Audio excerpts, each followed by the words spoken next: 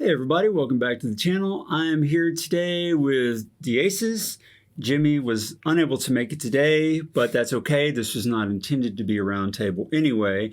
It should be Monday that you're seeing this, or at least that it goes live. And the day that this goes live, we're going to be recording a full roundtable with a very special guest. So you guys look forward to that. Don't miss it. Yeah, it'll be awesome. You'll love it. But in the meantime, Diasiss and I wanted to sit down and discuss something that we were talking about on the phone earlier. Yes, talking on the phone, you young whippersnappers who never do that anymore.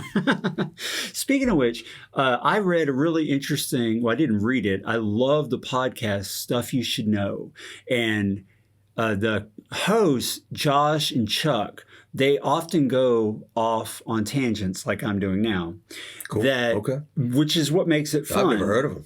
But, it's a fantastic podcast. They talk about just everything. They give basic summaries of how things work, stuff you should know. And the guy opens up one podcast and he's cracking up. He's like, dude, I just saw this letter, translated letter from an Egyptian guy, 5,000-year-old letter, writing to a friend of his, effectively saying kids these days.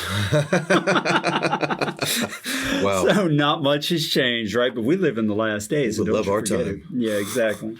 So that what we wanted to talk about, what we were talking about on the phone earlier, was the way that things have changed in terms of the behavior of Jehovah's Witnesses. Even though the belief system, despite the various doctrinal and flip-flopping changes, the basic belief system that we live in the last days and God's going to destroy all the religions and he's going to destroy all the governments. Right. We know. Yeah, that's all stayed the same. But the behavior has really changed since the days of Rutherford.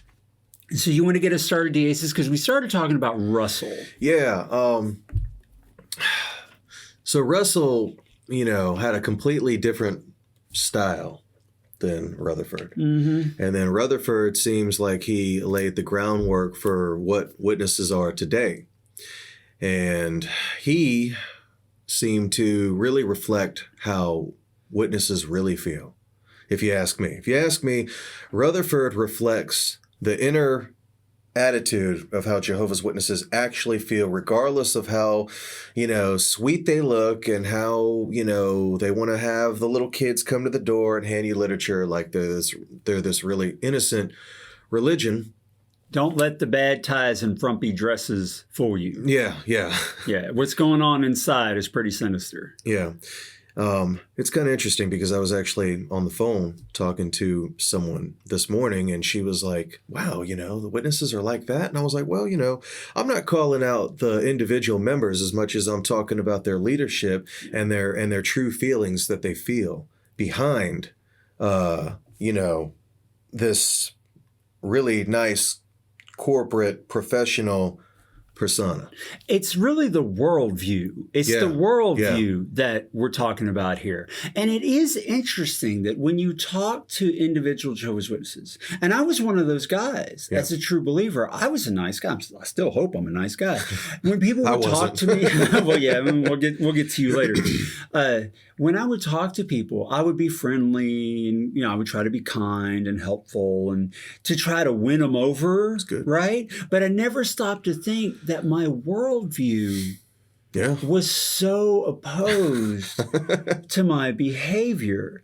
And to back that up, this morning after we had this conversation, I went to newspapers.com because I got a subscription to it recently. It's very interesting. Yeah, I know. It's worth the subscription if you can afford it. This is a gold mine right here, John. Yeah, and you go and you look up Jehovah's Witnesses in newspapers.com. Newspapers.com, they have newspapers going way back, like all the way some as far back as the 1700s. But I narrowed the search. That's so cool. To around Rutherford's time. And it's interesting that even before, when I was searching through Russell's time, there's very little about Jehovah's Witnesses or about international Bible students. There's not a whole lot that comes up. But man, when Rutherford hits the scene, the number of articles just starts exploding. Because Rutherford is that does not surprise me at all. He's so in people's faces. He's so volatile in the way he talks. He was my favorite president. When I was a witness, he was my favorite president. That does not surprise me. Yeah, I loved him. I used to say, excuse me, about Rutherford that what I used to like about him before I actually knew who he was, when I was I didn't really know what Rutherford was all about. He said once that if you can satisfy the mind, you can satisfy the heart. Really? And that used to appeal to me because I was always a very cerebral witness. I wanted to research and find facts. Of course, I only researched Watchtower publications. Right. But I wanted to prove everything to myself. I was never the guy who just sat in a pew and listened to the pastor and was okay with whatever got said. I had to prove everything to myself. And of course, when I actually looked outside of Watchtower publications, their house of cards collapses. Yeah. But where was I going with that? I looked up Jehovah's Witnesses on newspaper.com. And one of the first things I came across, because I've been searching through this for a while, but this was in, 1935, June 4th. And I'll put a link to a PDF where you can read this. It's in the Pittsburgh Post-Gazette, Tuesday, June 4th, 1935. The headline is Jehovah Witnesses, it says, keep town awake. Noisy protests against arrest bring fines for 15. This is in Alexandria, Virginia. 15 witnesses got fined, and it says in vaccinated. I don't know if they meant vacated, because when I looked up vaccinated, I couldn't find a meaning that meant I guess anything. Back in the day, that meant vacated. I don't know, maybe. So they were fined and vaccinated for keeping Alexandrians awake last night. And the short of it, the short of it is, you can read the whole article. I'll put a link to it, like I said, is that they parked the trucks with the speakers in the neighborhoods late at night. And religion is a snare and a racket. They were blasting Get your ass up. one of Rutherford's sermons to these poor neighborhoods in the middle of this town. And it even talks about this guy, they're canvassing the neighborhood at 1:30 in the morning. And this witness gets thrown off the porch by a householder after being told there's a sick child in the house, but he refuses to leave. Sending that positive message, huh? Yeah. Now, see, this is Rutherford behavior. This is behavior that actually represents the worldview that Rutherford had. Rutherford, very in your face, very, we're going to do this, we're going to punch him in the face. We're going to. And you're going to shut up and listen. Yeah, and you're going to shut up and listen. And if you don't like it, you're going to get destroyed. Yes, that's how he was. And that really started, and I discovered this after doing the research to do my video on Rutherford's history. That started after Rutherford went to prison for sedition, which he was later exonerated for. But he spent, I think it was 2 years. He was just pretty much mad. Yeah, he spent 18 months in prison. And during that time, it's like he went nuts. And all this stuff about the world being in Satan's control and everyone's going to die and the whole Armageddon theology, all that stuff started after he got out of prison. Calling it Satan's system was a Rutherford invention. The austerity, even down to the time cards, that's all Rutherford. And he was very austere. He even prevented Kingdom Halls from playing music for a while. He seems like he is the one, and we were talking a little bit about this earlier, he seems like he's the one who brought legalism to the religion. Yeah. He's the one who laid the groundwork for, basically everything that's happening now, really. He is not that outdated. The behavior, the external behavior, that's definitely not a thing anymore, the way that they are. They've learned to kind of polish their image, but the legalism and just the rules and the standard procedures that they do now really seems like it started with him. It definitely did. But Russell was definitely softer. He had a lot of problems, a lot of issues when you read his history and study up on him. But Russell was a lot softer as far as demanding obedience, demanding you listen to the organization, demanding everybody fall in line. And I'm glad you used the word legalism. Yeah.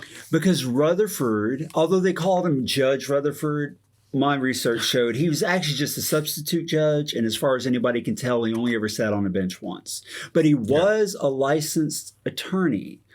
So the law was very much part of his mentality. And it makes sense that that would be the guy to start all the legalistic doctrines and policies that Watchtower has now. I mean, you read the Elder's Handbook, right? Shepherd the Flock of God? Oh, God. It reads like a legal document. It's not a spiritual document. It's very much rules, regulations, bylaws. Even the way it's numbered by chapter and subtopic and subpoint, and it's very much a legal document. It does. And in my opinion, it goes beyond the things written, as the scriptures say. Yeah, it does. Well beyond it. So we're way back in Rutherford's time, and Rutherford is promoting this kind of attitude where you go cause trouble, you stir up stuff in order to make things happen. And then we get, and this got really he was pretty entitled. He was. It was bad. Then we got to September 23rd, or just September of the same year, 1935. Okay. This is when the flag salute issue came up. Now, I had not actually read the coverage from the newspapers about what really happened. I was always so proud as a witness of the Supreme Court win about saluting the flag. And to be clear, I still believe it should be everyone's right as an American citizen or any citizen of any country to salute or not salute, to sing the anthem or not sing the anthem. I don't think you should try to force that on anybody. We should have freedom of speech. I agree with that. We should have freedom of belief. I believe that. But in 1935, that was not the case. There was actually a law where the kids had to salute the flag and sing the anthem once a week, at least in this particular place in Massachusetts. And Watchtower always spun it as this poor little boy who refuses to salute the flag. I remember that.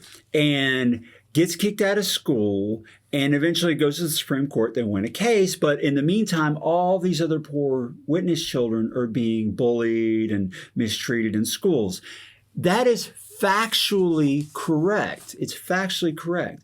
But it doesn't give you the flavor of what really happened until you go back and read these old newspapers. And again, I'll put links to all this stuff. Usually that's the most important part. Yes, and it is important. Why did it happen? What happened is the schoolboy, 8 years old, refuses to salute the flag or sing the national anthem.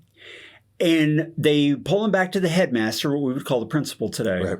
And he tells the headmaster, quote, "The flag is the devil's emblem.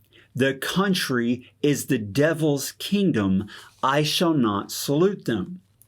Well, of course, the headmaster's like, what? He doesn't know what to make of this. So he gets in touch with the boy's dad, who says, yes, I taught him to say that. Headmaster. Yeah. I was thinking about that. Never heard that. Yeah, that's what they used to call it. Go on. Side point. Yeah, it is interesting that's changed too. But so here the dad admits it, right? He admits it, and then there's other quotes where he points out how, it's all the devil's world, and he talks about when Jesus rejected all the kingdoms of the world that Satan offered, and that proves that Satan rules all the governments. So the United States is the devil's kingdom, right? He tries to prove his point. Let me take a drink. No, that's fine. The interesting thing about this is nothing has changed. Yeah, that belief system has not changed. No, not at all. But here I read this and I'm like, what? Because Watchtower, as far as I understand, and correct me if I'm wrong, if anybody knows otherwise, I do not remember reading this in the JV book and the Proclaimers book, the Proclaimers of God's Kingdom. They left out this little tidbit. That. The Devil's Emblem, the Devil's Kingdom. Okay. Yeah. So the boy says that. An important piece of info. Slightly. Just a little. They confirm that that's actually what was said, and that is in fact what the dad believes with the father, right? And they do end up, as far as I understand it, they end up expelling the kid. Now, here's the thing. Before he was actually expelled, the next Friday, when they're supposed to say the pledge and all that, the dad keeps the boy from going to school, I guess in the hopes of him not getting in trouble. Right. But Monday he's back and the headmaster's not having it, right? So they want the boy to say the pledge. But the dad and some other guy from the hall shows up with the boy in order to back him up when he doesn't say the pledge. And they tell the dad, you have to leave. You guys can't be here. This is a school. You're going to scare the little kid. You can't be here. They refuse to leave. They break another law by refusing to leave. So the police come and arrest both these guys, right? At this point, the news of this boy's, what he said, and the exact words about the Devil's Kingdom and the Devil's Emblem, it has exploded all over the country. I'll give you an example. When I search newspapers.com for Jehovah's Witnesses, right, you get the odd this and that throughout the years, all the way up to 1935. But when this happens, it's the same thing over and over and over again. Hundreds of newspapers across the country. You see the same stuff. So this just explodes across the country. And you can imagine what that's like. So now I don't know if somebody talked to the dad, said, you got to temper that down. I don't know. But when he's quoted later, after he's arrested for refusing to leave the school, he tempers it. He says, we regard the compulsory saluting of the flag together with the pledge that accompanies it violation of God's law, which is a much... Should have said that first. He should have said that first, but it's too little too late by now, because now it's all over the country. And you can imagine all these parents reading in the daily newspaper, because that's how they got the news, no social media back then, or maybe on the radio. Yeah. And I can only imagine it was broadcast too. They hear this report about this boy calling their country, and this is like post World War I. This is really not the right time to be being this aggressive with your belief system. Yeah. They hear this, they got to be talking about it. Their kids have to hear it. Their kids go to school. What do you think is going to happen to the other kids that are witnesses? Well, I would imagine they all became targets at this point. And that's what happened. That's what happened. This whole thing reminds me of when Rutherford wrote the letters to Hitler. Yeah. Now, what was going on was wrong. There's no excuse for these poor little witness kids to be bullied, and the school should not have expelled the kid. And eventually the Supreme Court did, in fact, rule in the boy's favor, and good, it should have, all of that. But the whole thing was exacerbated in the same way Rutherford exacerbated Hitler's rage against Jehovah's Witnesses by wording it in this horrible way and then getting himself arrested because he refuses to go to leave the school. And then Rutherford himself gives a speech not long after where he calls... he gives a radio broadcast in New York, and he attacked the mandatory statute, the mandatory salute, as Hitlerism. Now, keep in mind that in this year, 1935, Hitler is the Chancellor of Germany. He's already caused the burning of the Parliament building or whatever, right? Allegedly. Whatever. Or, allegedly. No one can prove it. Or at least it did burn, whoever did it. And when it burned, they passed the law restricting the rights of German citizens. And by this time, in September of 1935, Hitler has revoked all Jewish citizenship in Germany. They've already built the concentration camps. They're already sending people to it. So to call the United States Hitlerism at this point, and World War II starts about 4 years later. Yeah. You can imagine the reaction that's going to get. But that was Hitler's way. I mean, Hitler's way. That was Rutherford's way. Freudian slip. That was Rutherford's way to talk like that, to be very in your face, pull no punches kind of a thing. And he made the situation worse again. So first the boy makes it bad because of the way he words it, because he's taught by his dad. The dad makes it worse when Rutherford. When he basically spits in the face of the headmaster, says, I taught him that. And then the dad makes it even worse again by getting himself arrested. And then Rutherford makes it worse again by saying what he says. And now there's this huge firestorm. So while it never should have happened, and it was wrong of the school, and it was right for the Supreme Court to hold up the boys' right to not salute the flag. It could have been so much less worse. Yeah. For the poor other kids who had nothing to do with it. Who knows if it even would have hit the newspaper if he hadn't said that stuff about the Devils Emblems and the Devil's Kingdom. Well, I want to take it to even now.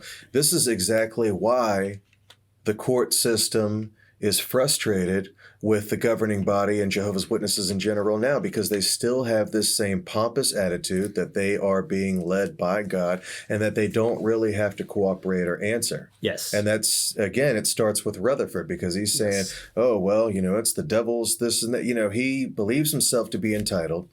So he claims godly authority and, basically asserting himself as God's mouthpiece.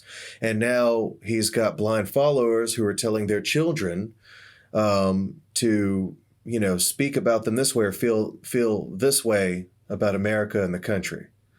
And like you said, he's only further instigating it. So he was an instigator. Happens. Ever since he got out of prison, he became an instigator. Yeah.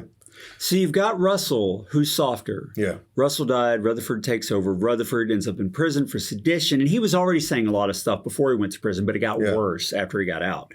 And then all these things start to happen that, to be fair about it, the witnesses are behaving according to the worldview they have been taught by Rutherford.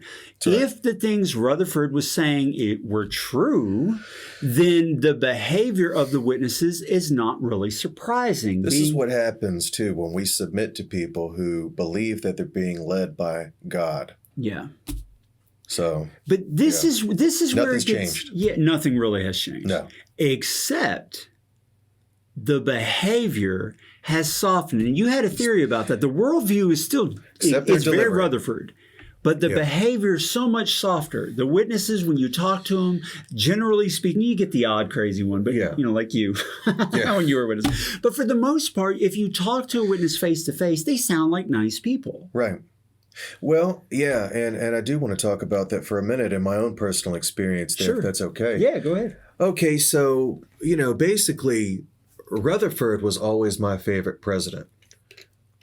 And anybody who knows me, who remembers me from back in the day, like, Mike, who, we had on the show, remembers that I was also a very legalistic witness. I was a very hardcore, staunch witness. Anytime people would leave the truth, quote unquote, I could not wait to just tell them and show them that I wanted them to die at Armageddon. Mm-hmm. I was very open. I was very blatant about it because I believed what the Bible said about being bold in your ministry. And since I believed that we were being led by Jehovah, led by God, and that these men were from God, that it was perfectly okay for me to have the stance that I had. And I never could figure out, while I was in the truth, a Jehovah's Witness, they would discourage that kind of conduct because Rutherford was so blatantly open about it. And I could never figure out, the discrepancy there. It's like, well, but we're preaching about, and I'm telling people what we really feel about them. Yeah, but you can't do it like that. But this is how we really feel. Right. And so there was always a back and forth there. Yeah. You had a great illustration for that when we were talking on the phone. I want everyone to hear it because it's really good. It really nails it. Yeah, it does because nothing's really changed. And I'll illustrate it this way. Rutherford and today is kind of like racism back then and racism today. And what I mean is you could have people that are racist and they teach their children to be racist, or that at the very least, that their worldviews and that their way of life or even who they are superior to, population X or, people X over here. And so you have the one kid who is smart about it, who doesn't really say anything about it, but knows that's what we really teach. This is what we really believe, but they're superficially nice to people on the outside. And then you have the one, let's say the other son, and he's bold and brazen. My daddy says you're this and that, or my daddy says you're a you-know-what. And then he gets in trouble for that. But then he says, well, why? But this is what we really teach. Yeah. And that is honestly, and this is just my personal opinions here. These are just my personal views. That's how I believe Jehovah's Witnesses are today and yesterday. I feel like they got smarter about their prejudice. They still have it. That's a good way to put it. They got smarter about their prejudice. They realized, through stuff like this and stuff happening and all this, that they could not just come out black and white and do what they've been doing. They've got to get smart about it now. And the way that they did that, in my opinion, was they got more covert. Yeah, they did. That's just a good way to put it. That's my theory. It's a good theory. I mean, it makes sense. Yeah. That they recognize now that being so overtly antagonistic was contrary or negative. It worked against their cause, right? So they tempered externally. They didn't change their views. But the world delivery changed. And to me, first of all, I'm glad they're not still driving sound cars into neighborhoods at 1 a.m. and waking people up. Don't get me wrong. Asses. I'm glad they're not doing that. It's like, go home. Get some sleep. But if you really had this worldview, if you really thought the end was coming, if you really thought that the whole world was in danger and they were going to be destroyed and all that, wouldn't you be doing stuff like that to get people's attention, to try to wake them up to what you believe is the truth about the situation in the world? But they don't do that, which is why I say a lot in my videos now. I'm like, I don't think most witnesses... It's like they have double think. They believe, but they don't. And it's their religious perspective, but it has only some impact on their actual day-to-day life and interactions. Because if they really believed the world was run by Satan and is as dangerous as they claim and all that, they'd never go on vacation. No.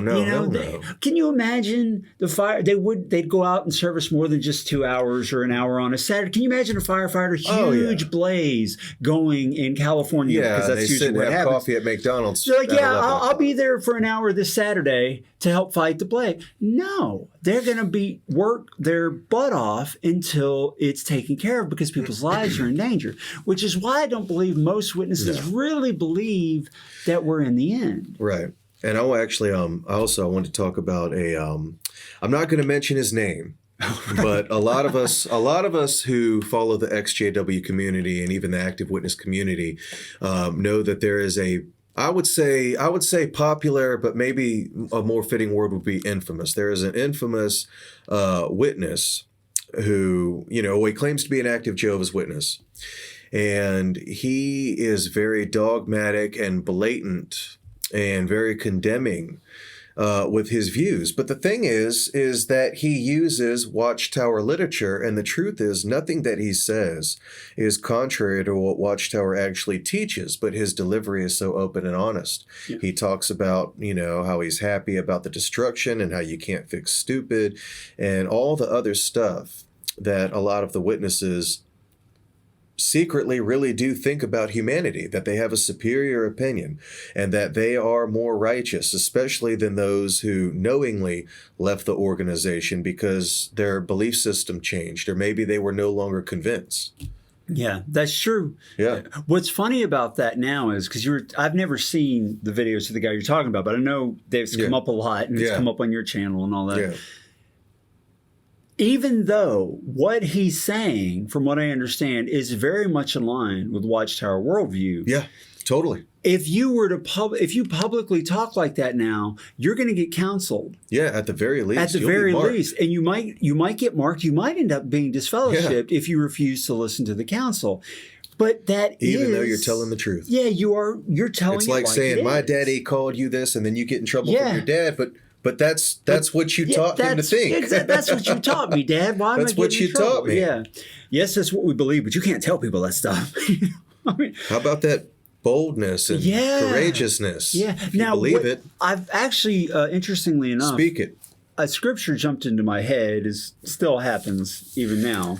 When I was reading all this stuff about them showing up with sound cars and them ignoring the law and all the, the claims of Hitlerism, just general behavior towards the U.S. government in the past, 1 Peter 2:17, where Peter says to show honor to the king. Yeah. Peter says to show honor to the king, and then Paul in Romans 13 talks about being in fear of the government because they're there for your good. Right. Right? But Rutherford never behaved like he had ever read the scripture. He behaved like he was the government. Yeah. What a difference. So, and it's true. Now, if you go to JWORG and you read their frequently asked questions, the way they answer the questions, half the time they don't actually answer the question. I was thinking that. They just kind of... they walk around the question. They do what politicians do when you ask a politician a question. They never really answer it. They just talk a lot around the subject. Right. Or they just lie. Yeah. They just outright, bold-faced lie about the answer because that's not what they teach. No, we don't shun. Well, no, we don't do that. Yeah, you do. Yeah, you do. And if it's God's direction, then why not be proud of it? But then you go and you sit in the Kingdom Hall on Sunday and you study the study edition of the Watchtower, and they do say all these things and they do make all these claims. Like the latest one that's October 2019, where they very directly say you have to be baptized as a witness or you're not going to make it in Armageddon. Basically, yeah. And basically nothing. Yeah. They directly say the only way to survive Jehovah's Day is to be baptized as one of Jehovah's Witnesses. And and you said it. That's the most disturbing part about it. The study edition. In other words, the one that they don't want available to the public, the one that they are ashamed of because maybe, just maybe, somewhere deep down, they know that this shit is messed up. Yeah. Now, to be fair, you can get the study edition, anybody can, from their website, but they never present that to the public at the carts, door to door, on the FAQ. The frequently asked questions, they don't ever present that side, which is very hypocritical. If you believe a thing... And I'd say very interesting. It is interesting. Why don't you say the thing that you know you believe? Why do you couch it? Why do you water it down? Why are you so afraid? What are you afraid of? If you really say cowardly. The guy, the dad. When the dad responds, back in the flag salute thing, quick flashback to that, and he's explaining to the headmaster why he does what he does. He says the dad says he does not vote, nor would he bear arms in the time of war, relying on persuasion and Christ's protection. How did that work out? Did Christ protect the witnesses in Nazi Germany? Not even a little. And Rutherford said the same thing in the letters to Hitler. So it was bad news all around. Yeah.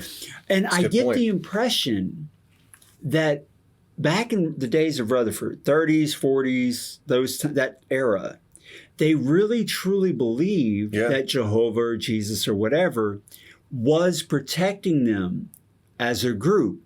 But decades of failure of God to protect them for nothing has them gun shy now.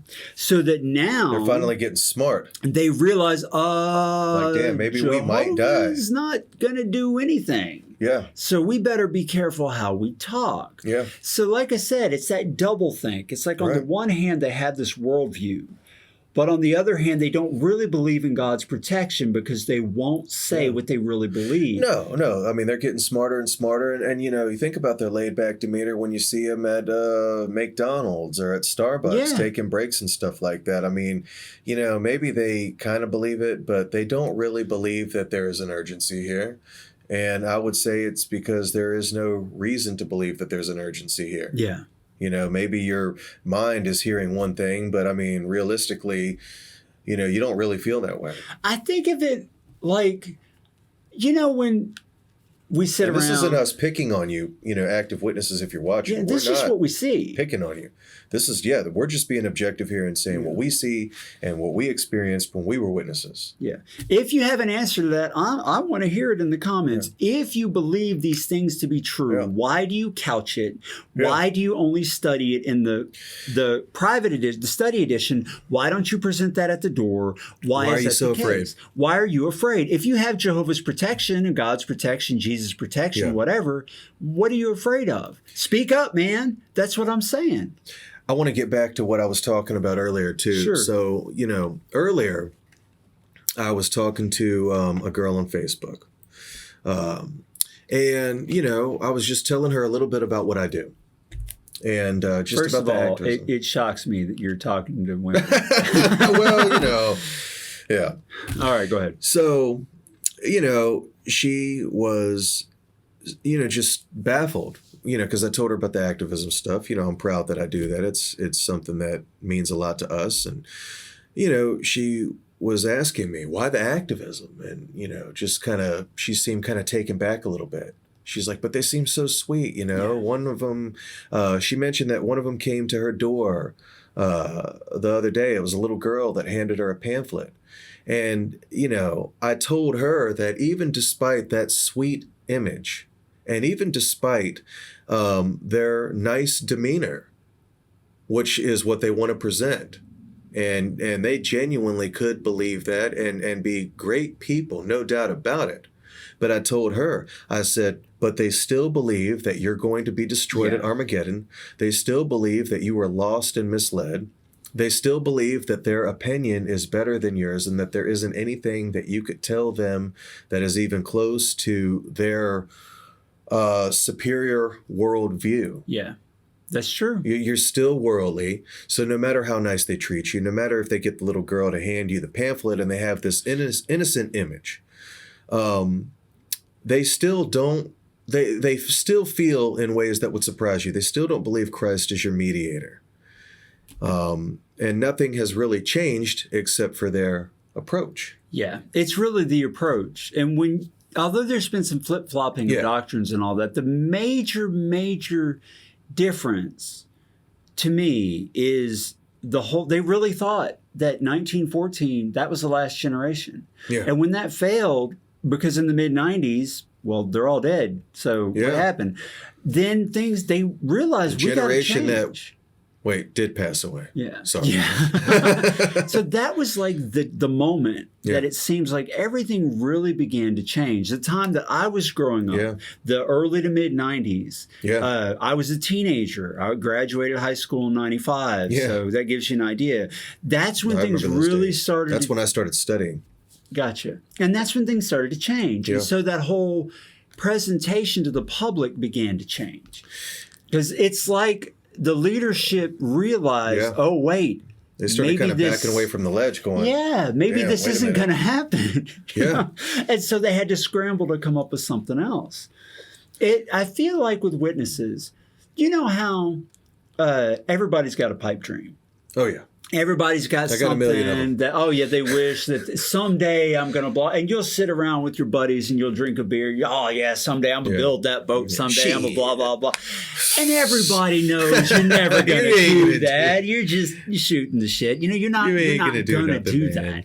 That's how I feel like witnesses view the end of the system of things. Yeah. It's like if you sit around with the beer and talk to them, the end is coming, but they don't really believe the end is coming. Like, They would like for it to come, just like you would like to build that boat, but it's never gonna happen. It's like they're using it as their way out. Yeah, really. It's a social thing, you know. You go to the Kingdom Hall, that's your tribe, those are your people, you think, until you have a difference of opinion, they kick you out. Yeah. But you think it is. You think it's your group, it's your tribe, it's your people. So you just say the stuff that you culturally are supposed to say. You know, and that happens all the time, just in day-to-day interactions. When you walk up to somebody and you feel like garbage or something really bad happened, they say, hey, how you doing? What do you say? Fine. Yeah. I'm great. Good. Everything's good. Because socially, it's not really terribly acceptable to say, man, my life sucks and everything's terrible. I just say living the dream. Yeah. Like, take a hint. Yeah, especially if it's people you don't know really well. Oh, yeah. And when it comes to walking around in the Kingdom Hall, how well did you really know everybody in the hall, right? So you're just going to give the canned response. And I really feel like this whole end times thing is just the canned response. Yeah. They don't really believe it. No. You know? But the governing body, and I don't know.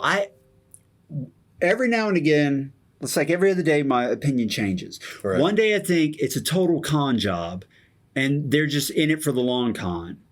And the other day I think, you know what? These guys really believe this stuff, even if nobody else does. Because the way there's no way. The way they write the literature, it's like, and again, that same magazine, October 2019, entitled that same one. It says we're in the last of the last days. The last of the last of the last. That's what I was telling Beth. Yeah, in 10 more years, it's going to be the last of the last of the last day. Like 10,000 A's last. They're going to add a new last every 10 years. Godly, until they're dead. Or they can't really gone. believe this shit at this point. They can't. And so I go back and forth. It's like I believe 1914. They're con men. But somehow they're still deluded. It's like they compartmentalize, this double think. Yeah. You know? It's like they believe, but they don't believe. Yeah. So that's really, that's effectively what I wanted to talk about. Yeah. That Russell was softer, Rutherford was the hard ass. He's the one who brought the religion that we know to be Jehovah's Witnesses. Their worldview is very Rutherford created. And if you watch my video on Russell and then watch my video on Rutherford, they're both short videos, you'll see that Jehovah's Witnesses very much reflect Rutherford's worldview, not Russell's. Way more than Russell. Way more. There's a little bit of overlap, but way more. But this is why we got to be grateful for Rutherford. Because Rutherford and, other, active, staunch witnesses out here who are really telling you how they really feel, they're showing us Watchtower's true colors. So this is great. This shows them this is how they really feel about you at the end of the day. Yeah. And you get more of that from like the apologists. So I'm convinced that most people who comment on the EXJW activist YouTube channels, I'm of the opinion that most of them are either fringe witnesses or they're pomey. They're physically out, like maybe they were disfellowshipped or maybe they left or whatever, but mentally they're still stuck in. And they think that they're scoring points with God by defending Jehovah's Witnesses in the comments. And they more often will be very direct about what Watchtower believes, and they'll, they will. They'll condemn you to death at Armageddon, and they'll call you mentally diseased. And a lot of times they're the ones who are disfellowshipped. Yeah, you ever notice that? A lot of times they're not in good standing. No, and because they're not in good standing, because they probably don't go to the hall very much anymore. Maybe they feel the need to redeem themselves. Maybe they've gotten the indoctrination, the worldview is still there. Yeah. But the reminder to not say that stuff in public has faded away. Yeah. Because if you read the study literature, you still get the worldview. Yeah. So if they're home reading the study literature, they're still going to get the worldview. But they don't go to the hall where they're reminded to season it with salt. Yeah. They don't get that reminder anymore. No season. So they get on YouTube or social media, whatever, and they're just horrible. Yeah.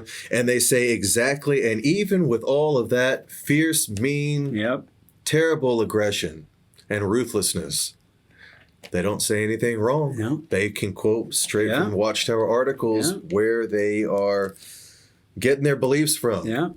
That's Watchtower worldview. It's Rutherford's worldview. It's still there. They have not changed. Yeah. Just their approach. Lipstick on a pig, right? Yeah, pretty much. Or, to quote scripture, like a gold nose ring in the snout of a pig. We won't read the last half because it's totally misogynistic, but that first part definitely does fit. Well, I think that was pretty good. You got anything else to add? No, I think we about covered it, man. All right. Well, everybody, again, like I said, we have a full roundtable with a very special guest. Will be the next video that comes out, so definitely look for that. And in the meantime, don't forget to like this video, subscribe to the channel, and hit the notification icon, because if you don't hit that notification icon, YouTube won't tell you when I release new videos. And as always, thanks for watching.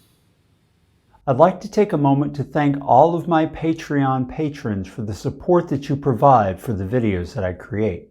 If you find this video useful or informative, please consider becoming a patron and supporting the work that I do on this channel. I'd also like to take a moment to thank my activist level patrons for their generous support.